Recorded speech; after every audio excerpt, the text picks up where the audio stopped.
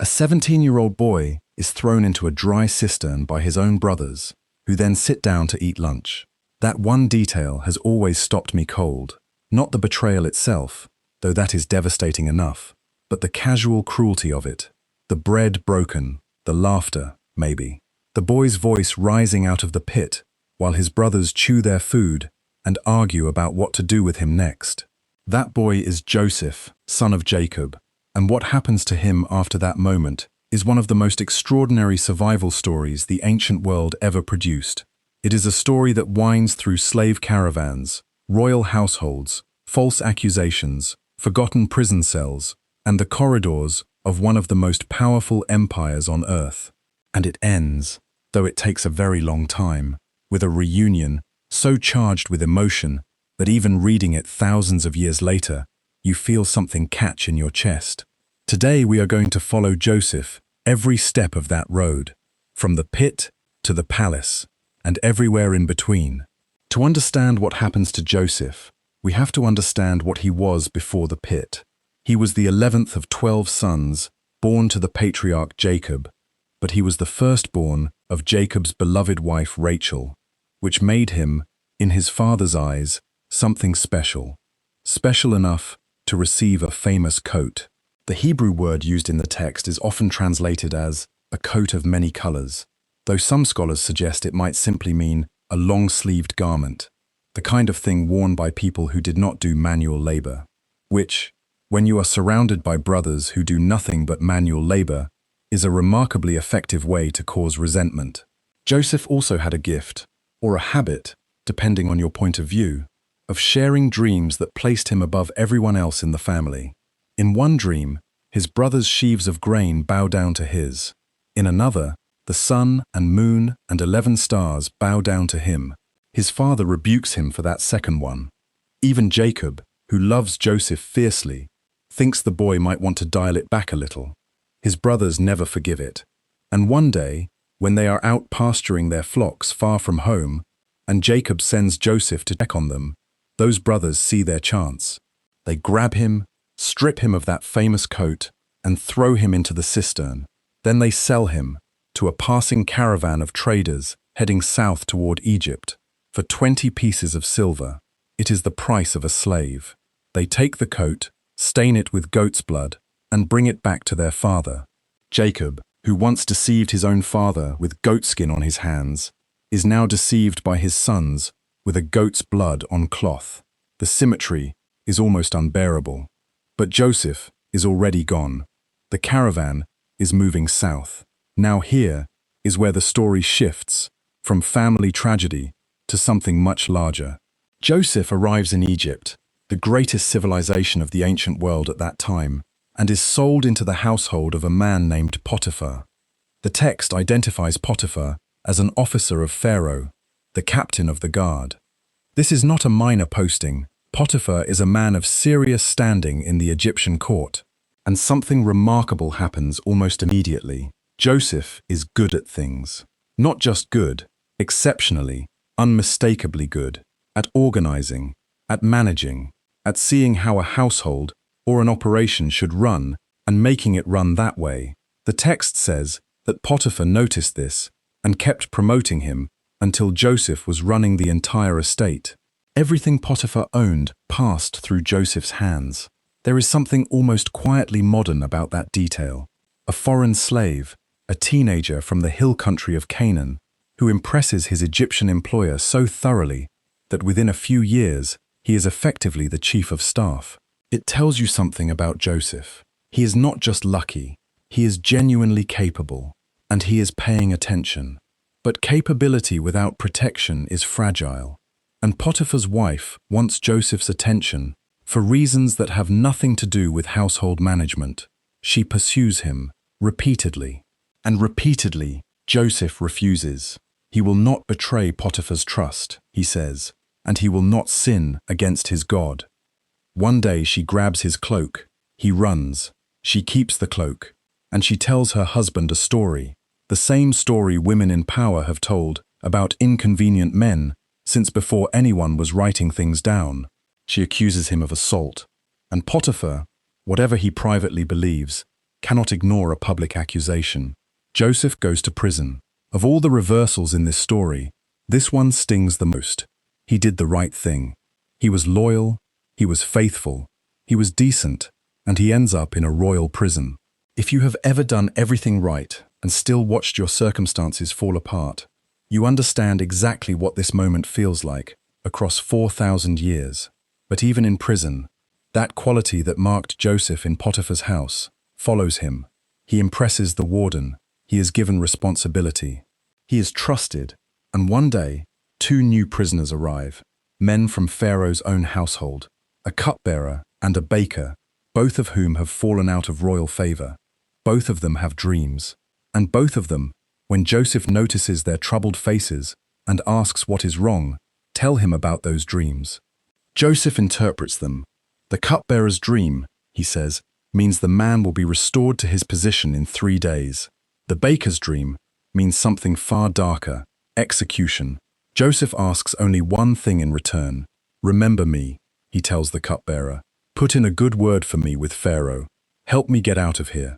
3 days later, exactly as Joseph said, the cupbearer is restored and the baker is executed.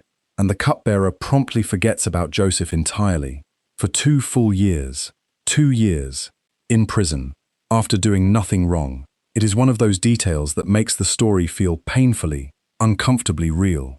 Then Pharaoh has a dream, 2 dreams actually, on the same night, and they disturb him deeply. 7 fat cows rise from the Nile, and 7 thin cows follow and devour them. 7 full heads of grain, and 7 withered heads that swallow them. None of Pharaoh's wise men or magicians can explain what the dreams mean. And suddenly, the cupbearer remembers the young Hebrew in prison. Joseph is summoned before Pharaoh, and this is one of those pivotal moments in the story where character is everything. Joseph does not claim credit. He does not position himself as uniquely gifted. He tells Pharaoh straight, I cannot interpret dreams, but God can, and God will give Pharaoh the answer he needs. The dreams, Joseph says, mean one thing. 7 years of extraordinary abundance are coming to Egypt, and then 7 years of severe famine will follow. A famine so severe, it will consume all the abundance and leave nothing behind. The doubling of the dream, Joseph explains, means the matter is fixed, it is certain, and it will happen soon. Then, and this is the moment the story turns, Joseph offers a plan. Appoint someone to oversee the collection of grain during the 7 good years. Store it, manage it, so that when the famine comes, Egypt will survive. Pharaoh turns to his court, and his question is essentially, who else could we possibly find to do this? Joseph, the foreign slave, the prisoner, the forgotten man in the royal jail, is appointed as the 2nd most powerful person in Egypt. He is given Pharaoh's ring. He is given fine linen robes. He is given a gold chain and a new Egyptian name and a wife, the daughter of a priest named Asenath. And he is given a chariot. People are literally told to bow the knee as he passes.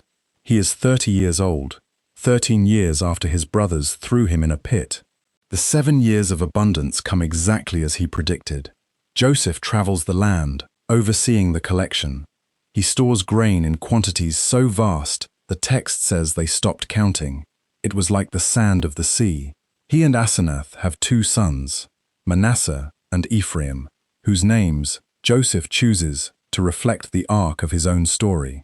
One name means God has made me forget my hardship. The other means God has made me fruitful in the land of my suffering. That tells you everything about where Joseph is emotionally. He is trying to let go. He is trying to build forward. He is not sure he has succeeded, because then the famine comes. And it is not just Egypt's problem. It spreads across the entire region. And far away, in Canaan, Jacob looks at his hungry family and hears there is grain in Egypt. He sends his sons to buy it, all of them except the youngest, Benjamin, the youngest son of Rachel, the brother who replaced Joseph in Jacob's heart. If you want a moment in this story where the ground shifts beneath your feet, this is it. Joseph looks up from his grain administration desk and sees his brothers standing there. He recognizes them immediately. They do not recognize him. They bow before him, faces to the ground. His dream from 22 years ago, the one about sheaves of grain bowing down, is literally happening in front of him. Joseph does not reveal himself. He cannot, not yet. Maybe he is not ready. Maybe he needs to know who these men are now. He accuses them of being spies. He demands they bring their youngest brother back as proof of their story.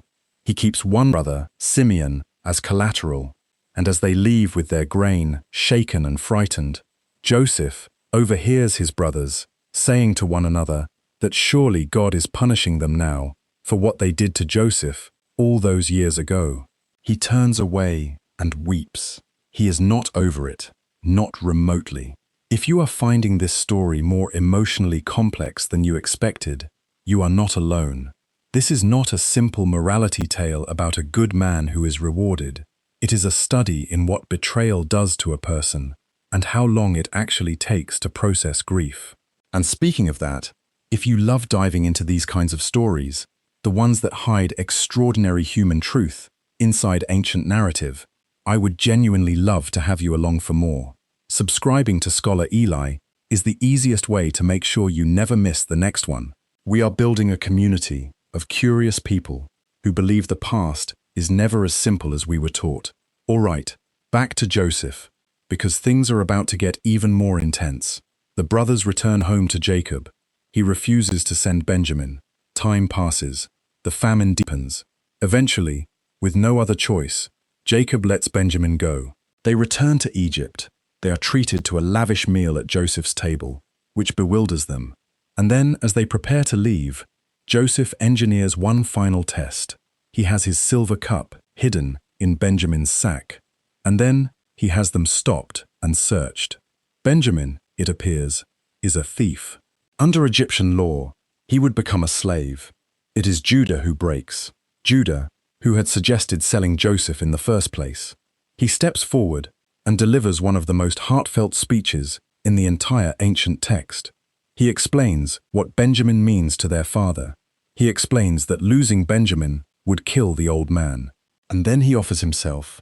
"Take me instead," he says. "Let the boy go home." That is when Joseph cannot hold it together anymore. He sends every Egyptian out of the room, and in the sudden quiet, with only his brothers around him, he weeps so loudly that the Egyptians outside in the palace can hear him. And then he says, in the language of their shared childhood, "I am Joseph. Is my father still alive?" His brothers cannot speak. They are terrified. This is the man they sold. This is the man who controls the food supply of the known world. This is the man who could destroy them with a word. But Joseph does not destroy them. He tells them not to be distressed, not to be angry with themselves. He offers them the most extraordinary reframe of betrayal I have ever read. "It was not you who sent me here," he says. "It was God." All of this, the pit, the slavery, the prison, the palace, was to bring me here, to this position, to save lives, to save your lives. Whether you read that as theology or psychology or both, it is a remarkable thing for a human being to arrive at. It takes Joseph most of his adult life to get there, and even then, you wonder how much of it he fully believes. Jacob comes to Egypt. The family is settled in the land of Goshen, a fertile region in the eastern delta. Joseph sustains them through the remaining years of famine. He and his father have a reunion that Jacob, who had believed Joseph dead for over 20 years, describes as enough.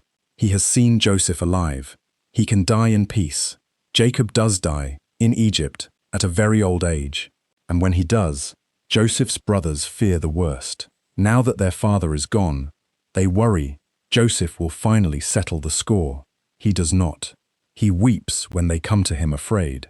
"Am I in the place of God?" he asks them. "You meant it for harm. God meant it for good. I will provide for you and your children." Joseph himself lives to be, by the text's account, 110 years old, a number that, interestingly, was considered the ideal lifespan in ancient Egyptian wisdom literature. Whether that is symbolic or literal, we cannot say with certainty, but his final recorded act is characteristically forward-looking. He makes his family swear an oath, "When God leads you out of this land and back to Canaan, He says, and he is confident they will go, "Take my bones with you." He dies before the Exodus. But centuries later, according to the tradition, Moses carries Joseph's bones out of Egypt. Joseph had insisted on it. Even in death, he was going home. What strikes me most about this story, having sat with it for a long time, is that Joseph's greatest achievement is not his rise to power. It is the inner architecture he built to survive everything that happened before the power: the pit, the slave market, the false accusation, the forgotten years in prison. None of those things broke him in a way that made him cruel or closed. He came out of each one, still paying attention, still capable, still extending trust to the next person who stood in front of him. That is not luck. That is not plot armor. That is something much harder to build and much harder to sustain. History is full of powerful men. Joseph's story is about something rarer, a man who was broken and put back together, and who used the cracks to see more clearly, not less. I would love to know what you think. Does Joseph's forgiveness feel genuine to you, or do you think he carried more of that wound than the text lets on? Drop your thoughts in the comments. I read every one, and this community always has the most thoughtful takes. If this one resonated with you, you might want to check out the next video on what really happened during the years Israel spent in Egypt after Joseph's death. The silence before the storm of the Exodus.